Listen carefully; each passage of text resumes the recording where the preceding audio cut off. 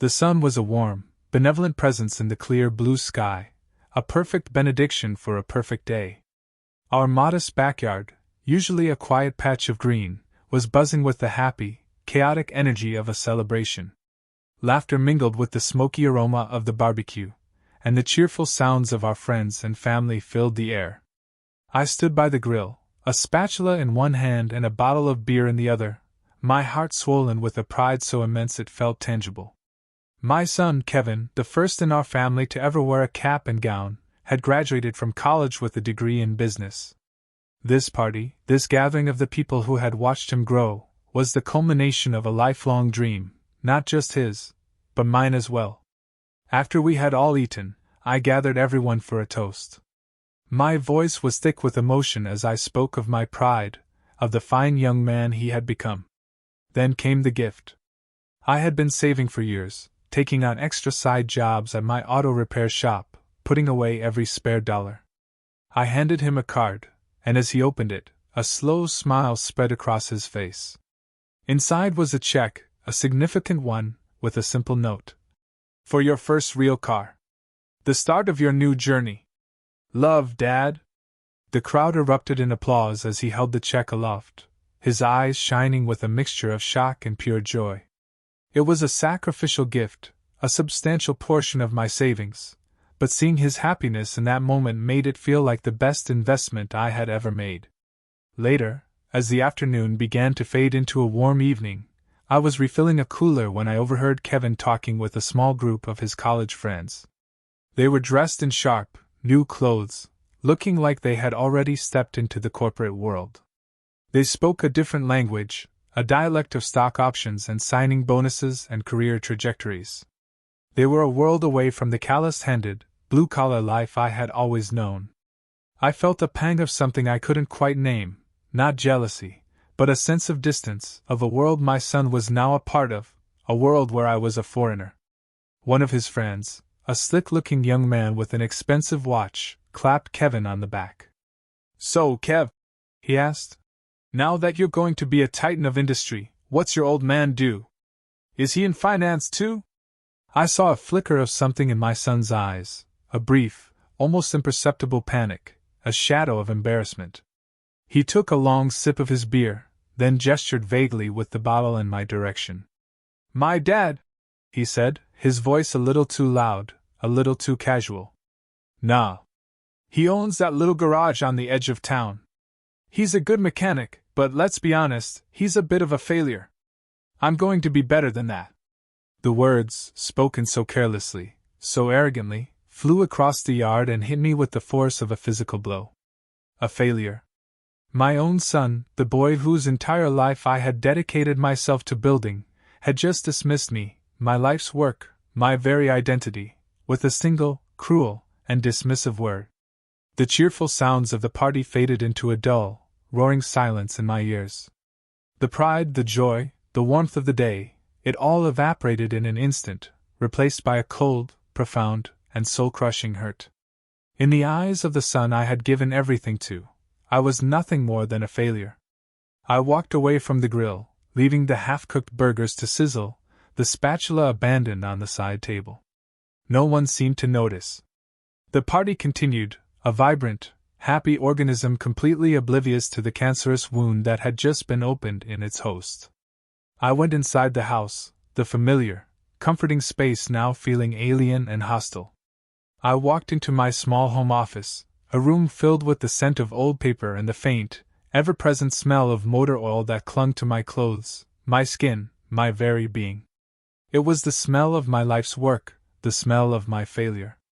I looked down at my hands, at the calloused palms, the permanently stained cuticles, the network of small, white scars that were a road map of a life spent working with steel and machinery. These were the hands that had fixed his first bicycle, that had held him when he was sick, that had worked countless overtime hours to pay for the textbooks that had filled his mind with the ideas and ambitions that now made him so ashamed of me. These hands were the foundation of his entire life, the bedrock of his success, and he had just spat on them. The check I had written him sat on my desk, a folded piece of paper inside a congratulatory card. It represented so much more than the number written on it. It represented years of careful saving, of driving my own truck until it was practically falling apart, of putting off repairs to our own home. It was the physical manifestation of my love and my belief in him, a final, significant investment to launch him into the world I had worked so hard to give him access to. It was a gift of respect, of a father's pride in his son. And he had taken that respect and thrown it back in my face. A cold, clear anger began to replace the initial, paralyzing hurt. It was not a hot, screaming rage, but a quiet, steely resolve. A gift is not an entitlement. A gift is an exchange of affection and mutual respect. He had broken that contract, profoundly and publicly. I picked up the phone, my movements calm and deliberate, and dialed the 24-hour customer service number for my bank. When the automated voice finally gave way to a human being, my own voice was steady and firm. "I'd like to place a stop payment order on a check," I said, reading off the numbers with a cold precision. Just as I hung up the phone, my wife, Sarah, walked into the office. She had seen me leave the party, and her face was etched with concern. "David? What's wrong? You look like you've seen a ghost." I couldn't meet her eyes. The shame I felt was not for my life, but for the son we had raised. "He called me a failure, Sarah," I said, my voice a raw, broken whisper. "Our son, the college graduate, the boy with the brand new check in his pocket, thinks his old man is a failure." Then I looked at her, the cold resolve back in my eyes. "So I just canceled the check." The next morning, the aftermath of the party was a landscape of discarded paper plates and empty beer bottles. The cheerful decorations looked sad and wilted in the harsh light of day. I sat at the kitchen table with a mug of black coffee, a heavy silence hanging between me and my wife. We hadn't spoken much since last night. She was torn, I knew, between her loyalty to me and her love for her son. Kevin finally came downstairs around 10, his hair a mess, his face pale from the previous night's celebrations. He was hungover, but his eyes were bright with the excitement of a single, focused thought, his new car. "Morning," he mumbled, heading straight for the refrigerator. "Man, what a night! I'm thinking of heading down to the dealership around noon. The silver sedan with the leather interior. It's going to be epic." He was completely oblivious, wrapped up in his own world of entitlement and future success, the cruel words of the previous evening apparently forgotten, a minor, drunken blip in his triumphant story. He didn't notice the storm clouds gathered in his own kitchen. He didn't see the profound, unbridgeable chasm he had opened at his own party. I let him finish his glass of orange juice before I spoke. I motioned to the chair opposite me. "Sit down, Kevin," I said, my voice quiet but firm. He sat, a flicker of annoyance crossing his face, impatient to get on with his new, important life. "I wouldn't go to the dealership today if I were you," I continued, my gaze steady. "That check you have in your pocket isn't going to clear. I called the bank last night and put a stop payment on it." The color drained from his face. His initial reaction was one of pure, uncomprehending disbelief. "What? What are you talking about? You can't do that," he stammered, his voice rising with a dawning, panicked outrage. "That's my graduation present. You promised. Everyone was there, they all saw you give it to me." His indignation, his absolute certainty that the gift was his right, only solidified the conviction that I had done the right thing. He saw the check not as a gift, but as his due, a payment for services rendered. "A gift, Kevin," I said, my voice still quiet, but now laced with a cold, hard anger, "is a symbol of love and mutual respect. And last night, in our backyard, in front of your new, important friends, you made it very clear that you have absolutely no respect for me, for my work, or for the life I have provided for you. You called me a failure. You don't get to call your father a failure with one side of your mouth and then cash his check with the other. The two things cannot coexist." The argument that followed was ugly and loud, full of his defensive justifications and my unyielding resolve. It ended with him storming out of the house, the slam of the front door a definitive, shattering end to his childhood. In the quiet, tense aftermath of the confrontation, the house felt like a tomb. Sarah and I moved around each other in a careful, silent orbit, the unspoken conflict a heavy weight between us. My anger had carried me through the decision, but now, in the quiet, a cold, desolate sadness began to seep in. I sat in my armchair, replaying the argument, replaying my son's hurt, angry face. Had I been too harsh? Had my own wounded pride caused me to sever a bond that could never be repaired? The certainty I had felt was beginning to fray at the edges, leaving me with a raw, aching vulnerability. That evening, Sarah sat down across from me, her face a mask of weary sadness. She was, as always, the calm center in our family's storms, the voice of reason that could navigate the turbulent waters of male pride. She didn't take his side, nor did she blindly support mine. She simply held up a mirror to the both of us. "He was wrong, David," she began, her voice soft but firm. "What he said was cruel, arrogant, and unforgivably stupid. Your hurt is completely justified. You have every right to be angry." Her validation was a balm on my wounded soul. "But," she continued, her gaze unwavering, "canceling that check, that was an act of war, David. You didn't just teach him a lesson, you declared war on your own son. And I need you to think about what you want the outcome of that war to be. Do you want to win? Or do you want to find a way to make peace?"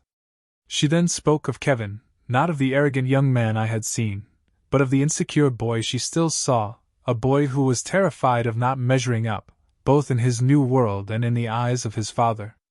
She talked about his deep-seated insecurity, his desperate need to impress his new, wealthy friends, the ones from families where the fathers were CEOs and surgeons, not mechanics. "He doesn't think you're a failure, David," she said, her voice full of a conviction that I wanted so desperately to believe. "He thinks his friends will think you're a failure. And he's so terrified of them looking down on him that he threw you under the bus to save himself. It was a cowardly, panicked act of a boy who is terrified that he doesn't belong." Her wisdom, her ability to see the fear behind the arrogance, was a profound gift. It didn't excuse his words, not in the slightest. But it did reframe them. His cruelty was not a reflection of his true feelings for me, but a reflection of his own deep-seated fear and insecurity. The conversation didn't provide an easy answer or a simple solution, but it was a crucial turning point. It helped me to see past the blinding rage of my own wounded pride and to look at my son not as an adversary to be defeated, but as a flawed, struggling young man who was in desperate need of a father's guidance, even if he didn't know it himself. Weeks passed in a cold, silent standoff. Kevin started his new job at a downtown investment firm, a fact I learned not from him, but from his mother. I pictured him taking the bus every morning, a small, humbling image that brought me no satisfaction, only a dull, persistent ache. The joy of his achievement, the pride I had felt, had been completely eclipsed by the chasm that had opened up between us. Our family was fractured, and I was the one holding the hammer. I went to my garage every day, the familiar smell of gasoline, and steal a small comfort in my unsettled life. The garage had always been my sanctuary, a place of order and purpose, where problems had tangible solutions. But now, it felt different. The place he had called a symbol of my failure now felt like the only real, honest thing in my life. I watched the young mechanics I employed, their hands dirty but their work honest, and I saw a dignity that my son, in his clean, new suit, had yet to earn. One afternoon, I received an unexpected phone call. It was from Mike, one of Kevin's friends, a quiet, down-to-earth kid who had been at the party. He sounded awkward and hesitant. "Mr. Jensen," he said, "I know it's not my place, but I wanted to say, what Kevin said that day was completely out of line. We all thought so. And he knows it. He's really struggling. He's so ashamed of what he said, but he's also too proud and stubborn to be the first one to call. He's a mess." The call was a small, unexpected act of kindness, a message in a bottle from the other side of the divide. Mike's call confirmed what Sarah had been saying. My son was not a monster. He was a proud, foolish, and deeply ashamed young man, trapped in a standoff of his own making. My action, the canceling of the check, had been a necessary and justified response to his disrespect. It had taught him that words have consequences. But now, I realized, my inaction was creating a stalemate. The lesson was only half taught. Punishment without a path to redemption is just cruelty. I had to decide what the next step was. I knew I couldn't just write another check. That would undo the entire lesson, rewarding his bad behavior and reinforcing his sense of entitlement. The car, the symbol of his entry into the professional world, had to be earned, not given. And more importantly, the respect that had been shattered between us had to be rebuilt, piece by painful piece. I thought of the old, broken-down 1968 Ford Mustang that had been sitting in the back of my garage for years, a forgotten project I had never had the time or the money to finish. And in that moment I knew what I had to do. I had to offer him not a gift, but a challenge. I called Kevin and told him to meet me at the garage on Saturday morning. His voice was wary, suspicious, but he agreed to come. When he arrived, he looked tired and thin, the confident swagger of his graduation day completely gone. He stood awkwardly in the center of the garage, a man in clean slacks and a polo shirt, looking completely out of place among the hydraulic lifts and engine blocks. I didn't waste time with small talk. I led him to the back of the shop, to the dusty, forgotten corner where the old Mustang sat under a faded tarp. I pulled off the tarp, revealing the rusted, skeletal frame of what had once been a beautiful machine. "You want a car, Kevin?" I said, my voice quiet but firm. "Here she is. A classic. A real piece of American history. She doesn't look like much now, but she's got good bones." I tossed him a pair of greasy overalls. "This is my offer. You and I will restore this car together. You will come here every Saturday and every Sunday, and you will work, with me, until she is running and shining like the day she was born." I laid out the terms, leaving no room for negotiation. "You will not be paid for your time," I continued, my gaze locked on his. "Your payment will be the car itself, a car you will have earned with your own sweat and your own hands. You will learn how to sand, and weld, and rebuild an engine. You will learn the value of patient, difficult, and honest work. You will learn what it feels like to build something real, instead of just buying it. And you will learn to respect the life that your failure of a father has built." He stared at the car, then at me, his expression a mixture of disbelief, frustration, and a flicker of something else I couldn't quite read. This was his crossroads. He could walk away, his pride intact, and sever our relationship for good. Or he could swallow that pride, accept this humbling, arduous task, and begin the long, difficult road back to being my son. He stood there for a long time, the silence of the garage broken only by the distant hum of the air compressor. Finally, he looked me in the eye, gave a slow, deliberate nod, and reached for the overalls. The work began that day.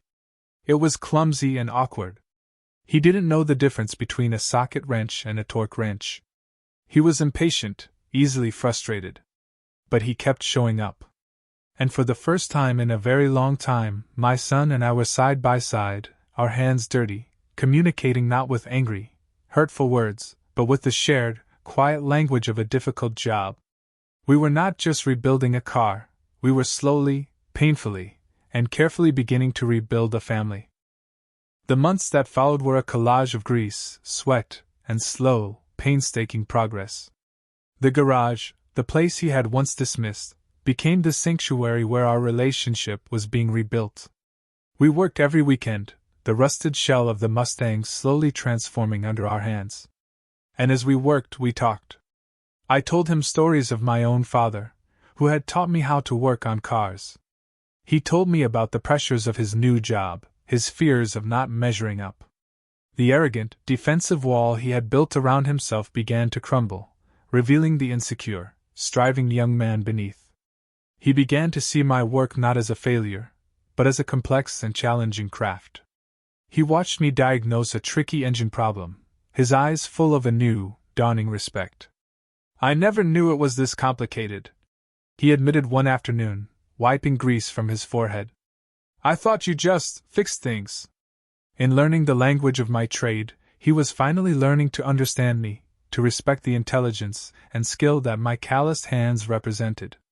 The arrogance was gone, replaced by a quiet, genuine admiration. One Saturday, as we were sanding down the final coat of primer, he finally said the words I had been waiting to hear.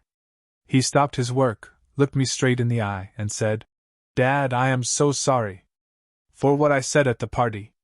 It was the stupidest, cruelest thing I have ever said in my life. You are not a failure. You are the most successful man I have ever known." The apology was not a panicked justification. It was a simple, heartfelt admission from a man who had finally earned the right to say it. The day we finished the car was a day of quiet, profound triumph. She was a work of art, her deep blue paint gleaming under the fluorescent lights of the garage, her newly rebuilt engine purring like a contented lion. Kevin walked around her, his hand tracing the smooth, clean lines, a look of awe and ownership on his face. He had not been given this car, he had earned it. He had poured his own sweat, his own frustration, and his own time into its creation. He understood its value in a way he never could have with a car bought with a simple check. We took her out for the first drive, the windows down, the roar of the V8 engine a symphony of our shared success. As we drove down the open highway, the wind whipping through the car, Kevin turned to me, a wide, genuine smile on his face. "Thank you, Dad," he said, his voice full of an emotion that went far beyond gratitude for a material object. "This is so much better than a new car." He had learned the lesson. It was never about the car. It was about the journey. The greatest gift I had ever given him was not a check, but a second chance, a chance to understand the meaning of work, of sacrifice, and of a father's enduring, unconditional love. We all have our own definitions of success and failure, and sometimes, those definitions clash with the people we love most. What does success truly mean to you? Is it the title on your business card, or the calluses on your hands? Tell me about a time you felt your life's work was misunderstood or disrespected by someone you love. Your story is a powerful testament to the idea that true value isn't always what shows up on a bank statement. If this story resonated with you, subscribe for more, and share it with anyone who knows that the best things in life are the ones we build ourselves.